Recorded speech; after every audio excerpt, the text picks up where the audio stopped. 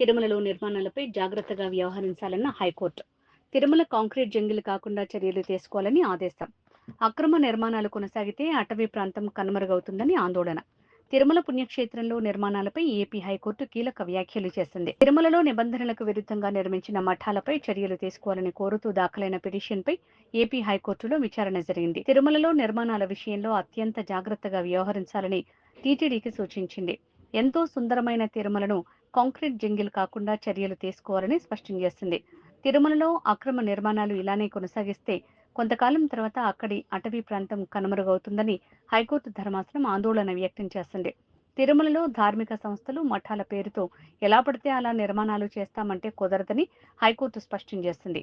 ఒక మఠం చేపట్టిన అక్రమ నిర్మాణాలపై ఇప్పటికే చర్యలకు ఆదేశించామని పేర్కొన్న హైకోర్టు తిరుమలలో నిర్మాణాలు చేపట్టిన పలు మఠాలకు నోటీసులు జారీ చేసింది.